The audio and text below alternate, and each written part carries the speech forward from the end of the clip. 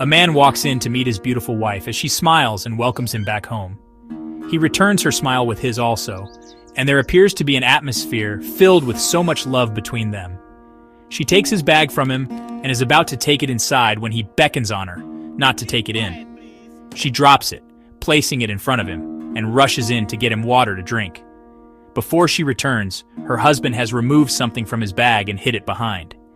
She places the tray in front of him and looks at her husband suspiciously as he tells her to close her eyes and open them after unveiling the precious gift in his hands. He wears the sparkling golden wristwatch on her wrist as she smiles uncontrollably, repeatedly saying, "Wow, wow." She hugs him passionately and thanks him for the gift, as he reassures her that nothing is too big or too much for him to present to her. With a feeling of excitement, "Thank you, honey, you are the best, I love you," she replies him, landing a peck on his cheek. Her husband feels so much happy seeing her rejoice in such a manner and tells her, "You know I will do anything you desire for you as long as you ask me for it." His wife responds, "Darling, but I don't remember asking you for this." Her husband then tells her that he observed her dire need for it, and he couldn't deny her having it. She thanks him repeatedly and rejoicingly moves towards the exit door as she says, "I have to show my friends this." Her husband cautions her to be careful with the gift. Ecstatically, she walks up a plane as she meets a young man dressed handsomely. Immediately, she tries to avoid him, but she can't as he has already seen her and called her name, Ifemi. She furiously replies him, "Don't ever call me that again. Only my husband calls me that." He smiles confidently as he approaches her, observing what is on her wrist. She fidgets as she steps backwards at each step of his. He stretches forth his hand and demands that she places the gift in his hand, but she refuses as she starts to weep. He laughs at her and threatens her with the consequences of her refusal to give him the gift.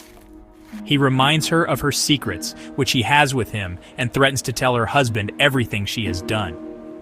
She, crying profusely and helplessly, is about to place it in his hand when she withdraws back and tells him to his face, "No, not again. I won't give you this one.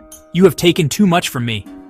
She breaks down in tears again, looking powerless over the situation, and he taunts her with many words, but she refuses, and then decides to run back home to her husband, since he alone can help her situation. She also makes up her mind to open up to him all her secrets that she had thought were unnecessary for him to know. Immediately she turns, she sees her husband walking towards them. She was shocked to her bones. Her husband, seeing her reaction, calms her down and tells her that he had always seen the way that evil man always robs her of her gifts because she has been afraid of his threats. He tells her that even before he married her, he was aware of the immoral life she lived in the past, but he had forgiven her and forgotten all that she did in her days of ignorance. He further tells her that he is aware that the evil man used to be her boyfriend who stole a lot from her. Not material things or money, but her dignity and virtue as a woman, because he severally had affairs with her despite not being married to her, nor having the intention of doing so. He continues by saying he is also aware that she aborted pregnancy twice for him. However, that was the old person named Ifekufe, that is, lust, but now he is married to the new person that she has become. He explains this is the reason he calls her Ifemi, my love. He makes it known to her that he has always followed her whenever she jumps out of the house in excitement after receiving gifts from him.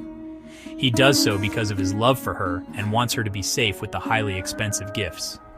However, each time she releases the gifts to the other man, he has always not been able to do anything because she did not cry for help, nor has she ever been harassed to do so. She, hearing all these, falls on her knees to plead with her husband, who stretches out his arms to lift her to her feet and embrace her, telling her, "I will always love you." The evil man, who had been standing at a distance, walks away with a disappointed facial expression. The end.